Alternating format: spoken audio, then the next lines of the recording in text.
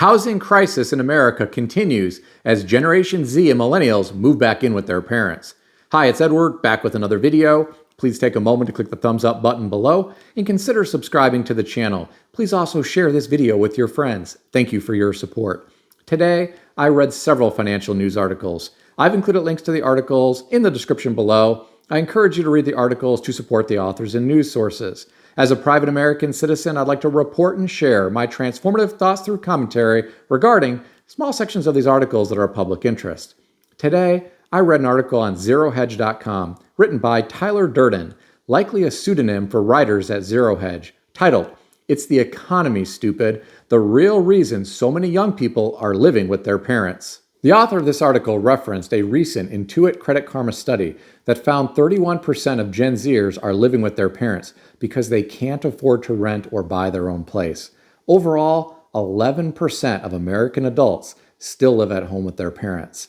About a quarter, 27% of Gen Zers reported that they could no longer afford to rent, and 25% said they'll have to move back in with family to make ends meet. Well, my friends, I am not surprised to hear about this. The cost of living has gotten out of control just about everywhere in America. The cost of rent in big cities is astronomical. From what I have personally seen, it is hard to find a studio or a one-bedroom apartment for less than $1,500 per month. If you want a nice studio or one-bedroom with all types of amenities, you could easily be paying over $2,000 per month in some areas. Keep in mind, that doesn't include utilities, and in some cases, it doesn't include parking either. Some complexes can charge hundreds of dollars per month just for parking, depending on the city. Apartment rent has skyrocketed in recent years. The author of this article referenced Redfin data, which revealed landlords are asking $1,964 per month for a rental on average. The author also referenced a report from Moody's Analytics, which revealed rent prices grew 135% between 1999 and 2022, while average incomes for all groups were up 77% over the same time period. Well, my friends, keep in mind there is more than the cost of rent that young people need to worry about. They are paying more for car insurance, food, medical care, and cell phone bills. My car insurance went up this past year, and nothing about my driving record changed. My cell phone bill also went up. Let's not even get into the cost of medical care, because I feel like the mob must be controlling some of these major healthcare companies these days. My heart goes out to these young people who are struggling financially. Now, some of you might say, this is just a problem for young people. Everybody else is just fine. Well, the author of this article went on to indicate millennials are in the same boat. 30% say rent is unaffordable, and 25% are thinking about moving back in with their parents. Think about that for a moment. We are talking about 1/4 of millennials thinking about moving back in with their parents. There are over 72 million people in the millennial generation. These are people born between 1981 and 1996. The millennial generation surpassed the baby boomers as the biggest generation.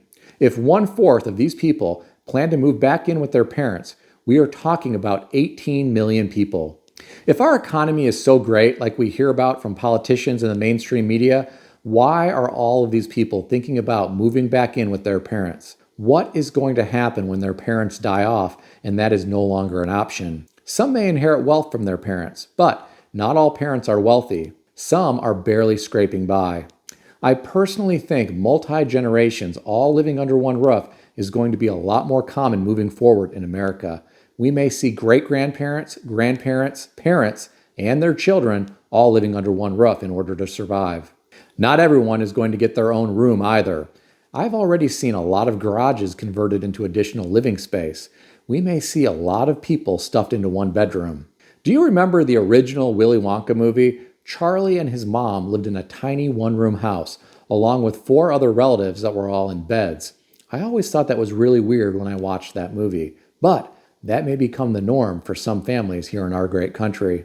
The author of this article went on to reference a 2022 study conducted by Pew Research that found the percentage of Americans living with their parents has increased steadily since the year 2000. In my opinion, I don't think we are going to see this slow down anytime soon. Wages for many people are not keeping pace with inflation. Many people have car loans, student loans, credit card debt, buy now, pay later debt, medical debt, and they simply can't afford a monthly mortgage payment or a monthly rent payment. It is just not feasible. Gone are the days when a man could get a good job at a factory with a union negotiating his wages so he could easily afford to support an entire family. Gone are the days when a mother could stay home and raise her children and shop at the grocery store without having to use credit cards or buy now, pay later loans to pay for food. This was the America of the past. America today is quite different, and it will likely continue to change, but not for the better. Corporate America will try to maximize profits on the backs of hardworking people. That is not going to change. We will continue to see the wealth of billionaires increase in the years and decades to come. Sometime in the next decade or so, we will probably see our first trillionaire. The divide between the haves and the have-nots is going to continue to widen. I predict we are going to see some very interesting and at times disturbing shifts in our society moving forward. The author of this article referenced a 2023 study conducted by Deloitte, which found that more than half of millennials and Gen Zers were living paycheck to paycheck, and 37% of millennials and 46% of Gen Z reported taking another part-time job or full-time job just to afford their bills. Unlike in the past when a man could work one job and support an entire family so that his wife could stay home, we now have adults who need to live at home with their parents and work a full-time job as well as a part-time job in order to survive. As the author indicated, in some cases, people are working 2 full-time jobs. Some of these people should consider themselves lucky for being able to have a full-time job at all, since we are living in this new gig economy. Many companies want to employ contractors and not employees, or they only want to employ part-time employees so they can pay lower wages and fewer benefits. If we enter an ugly recession, imagine how much worse all of this could potentially get. Full-time employment may become even harder to secure. We may see a lot more people fighting over part-time jobs. I truly hope that does not come to fruition. I want the best for everyone. I hope that a lot of young people who are living at home with their parents are chipping in and helping to pay the bills. I hope these young people are also able to save money to purchase a home so they can potentially benefit from future real estate appreciation, so they can build a decent net worth in the future. I hope these young people are able to save money living at home so they can get out of debt. Perhaps some can save money to start a small business in the future. I just want to see these young people change their financial situation for the better. It can certainly be done. America is still the land of opportunity. You simply need to work hard and make wise financial decisions to position yourself for future success. Sometimes sacrifices in life, such as living at home with your parents, could help position you for a bright financial future if you can get out of debt and save money to invest in something such as a new business, a rental property, or a home. What do you think about all this? Do you know people who had to move back in with their parents recently? If so, tell me about it in the comment section below. I read another article today that I thought was very interesting.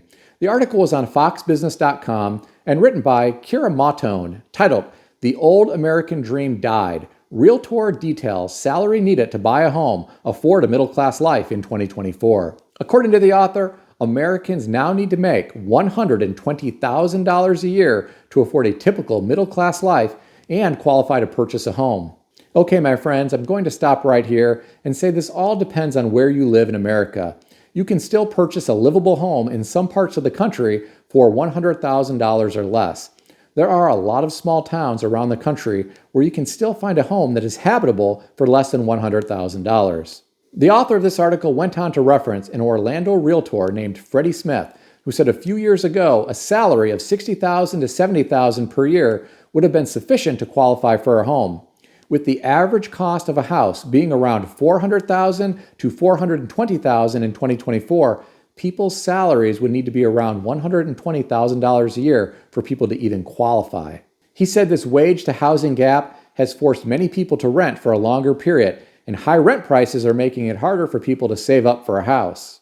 Well, my friends, this aligns with what I was just talking about earlier. This is why some everyday Americans may be moving back in with their parents. This may be the only way they can save money to purchase a home. Keep in mind, there are zero-down mortgages out there. If you are a veteran, you can get a VA loan with zero money down. If you can find a home that qualifies in a rural area, you may be able to get a USDA loan with zero money down. Even with a zero-down mortgage, you are still going to need money for an appraisal and inspection, and there are still going to be closing costs. Even for people who aren't veterans or who don't live in a rural area, you may be able to get a 3% down conventional mortgage or a 3.5% down FHA mortgage. If you are living at home with your parents, you may be able to save up the money pretty quickly for the 3% down payment, along with the money needed for an inspection, appraisal, and the closing costs. Keep in mind, there are moving expenses also, and if you are going to hire a moving company, that is crazy expensive. My point is, it may be possible to get out of the rental market or stop living with your parents in short order if you are strategic. If you are living in an area where housing is very expensive, you may have to save a larger down payment based on your income in order to qualify for the mortgage. I suspect it will be a lot harder for people in big cities or in really hot areas to qualify for a home based on their income without a large down payment. People in areas like this may have to live with their parents for a longer period of time in order to save up the money needed.